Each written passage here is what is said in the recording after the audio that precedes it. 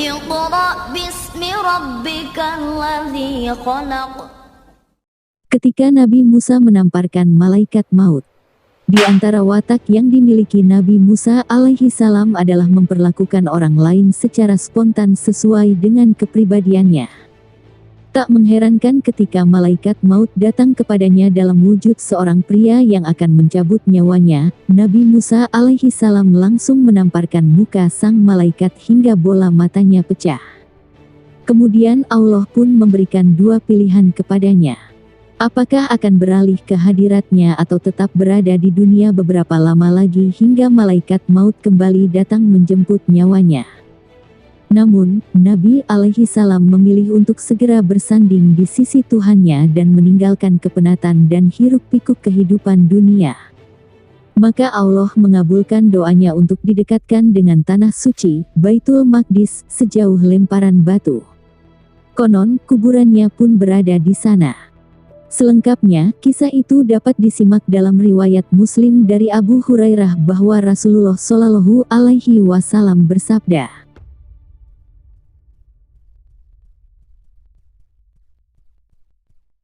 artinya, malaikat maut datang kepada Nabi Musa alaihi salam dan berkata, penuhilah panggilan Tuhanmu.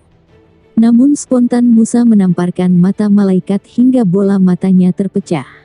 Akhirnya, malaikat maut kembali kepada Allah dan menyampaikan, sesungguhnya engkau telah mengutusku menemui hamba yang tidak menginginkan kematian.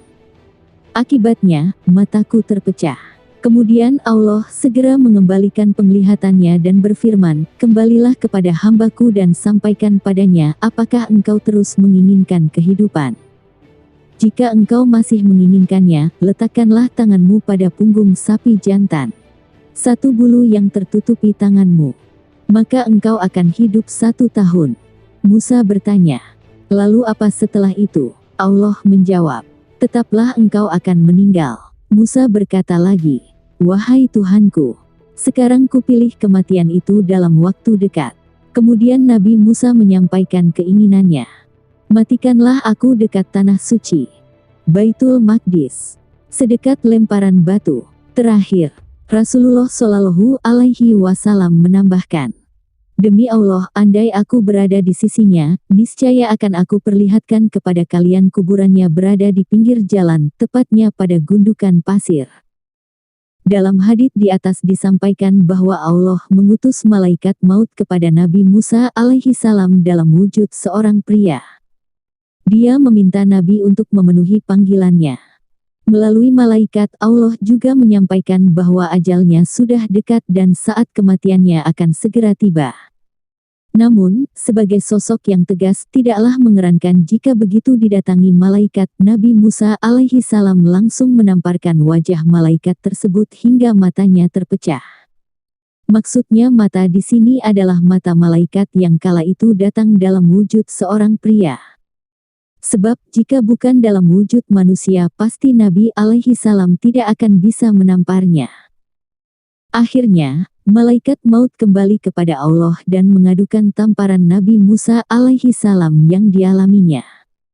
Maka Allah segera mengembalikan penglihatannya dan memerintah untuk kembali menemui Nabi Musa alaihi salam guna meminta meletakkan tangannya di atas punggung sapi jantan. Kemudian ia menghitung bulu-bulu sapi yang tertutup tangannya. Setiap bulu yang tertutup dihitungnya sebagai tambahan usia 1 tahun. Walhasil, tambahan usianya sebanyak bulu sapi yang tertutup tersebut. Namun, Nabi alaihi salam tidak mengambil tambahan usia itu. Andai ia melakukannya, niscaya ia masih hidup hingga sekarang ini. Namun, begitu dikabarkan bahwa setelah tambahan usianya itu tetaplah kematian, Nabi Musa alaihi salam memilih kematian dalam waktu dekat. Sebab tidaklah para nabi, rasul, dan orang-orang saleh berada di sisi Allah kecuali lebih baik dan lebih kekal. Jika arwah para syuhada diserupakan dengan burung-burung yang terbang di taman surga, memakan buah-buahnya dan meminum air sungai yang ada di dalamnya, berlindung di bawah lampu-lampu yang bergantung di bawah langit Arsy Al-Rahman, maka kehidupan para nabi dan rasul di sana tentu lebih dari itu. Tidak bisa dibayangkan bagaimana keadaan Musa alaihi salam jika masih hidup hingga hari ini? Ia akan terus mendapat ujian dan beban hidup. Artinya, keberadaannya di dunia sebagai negeri ujuan dan kehancuran tidak akan lebih baik ketimbang keberadaannya di surga dan rahmat Allah bersama para nabi dan rasul yang lain. Namun, sebelum kematian, Nabi Musa alaihi salam memohon kepada Allah agar nyawanya dicabut dekat tanah suci, Baitul Maqdis, hingga sedekat lemparan batu. Permohonan itu menunjukkan betapa cintanya sang Nabi kepada tanah suci. Bahkan, dikubur pun ingin di dekatnya. Tetapi, Nabi alaihi salam tidak meminta Allah agar mencabut nyawanya tepat di dalam tanah suci itu.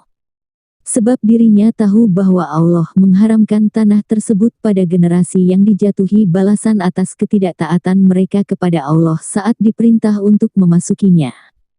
Malahan mereka berkata, "Hai Musa, kami sekali-kali tidak akan memasukinya selama-lamanya. Selagi mereka ada di dalamnya, karena itu pergilah kamu bersama Tuhanmu, dan berperanglah kamu berdua, sesungguhnya kami hanya duduk menanti di sini saja." Qs.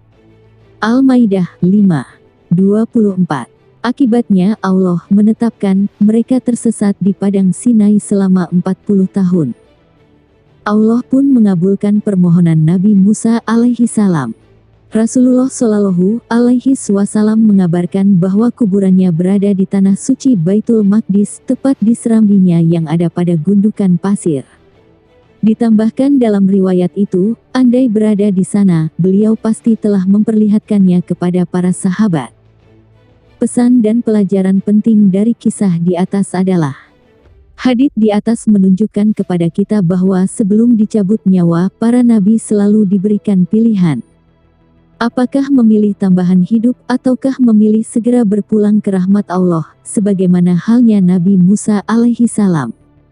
Bahkan, berkenaan dengan hal ini, Aisyah pernah mendengar Rasulullah Shallallahu alaihi wasallam berucap saat sakit terakhirnya, "Ya Allah, kupilih Al-Rafiq Al-A'la, surga."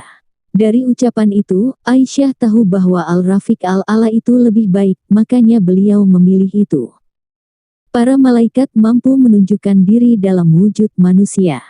Tak terkecuali saat menemui Nabi Musa alaihi salam. Kematian itu sesuatu yang pasti dan tak bisa ditolak. Andai di antara kita ada yang selamat darinya, tentu para nabi dan rasul juga sudah selamat. Tingginya kedudukan Nabi Musa alaihi salam sampai-sampai mampu menamparkan malaikat maut hingga bola matanya terpecah. Andai bukan karena kedudukan Nabi Musa alaihi salam di sisi Allah, niscaya malaikat maut akan melakukan pembalasan berat kepadanya. Kuburan Nabi Musa alaihi salam berada di tanah suci Baitul Maqdis. Rasulullah Shallallahu alaihi wasallam sendiri telah memberitahu keberadaan kuburannya. Bahkan, beliau menyebutkan beberapa tanda keberadaan tersebut, yaitu di samping jalan, tepat pada gundukan pasir. Nabi Musa alaihi salam menginginkan kuburannya berada dekat dengan tanah yang penuh berkah. Karena itu, tidak ada salahnya jika ada seseorang yang juga ingin meninggal di tanah yang penuh berkah itu. Tanah suci dimaksud memiliki batasan-batasan yang telah diketahui. Nabi Musa alaihi salam pun meminta kepada Allah untuk mendekatkan dirinya pada tanah itu sedekat lemparan batu. Tetapi demikian, jenazahnya dikuburkan di luar tanah tersebut.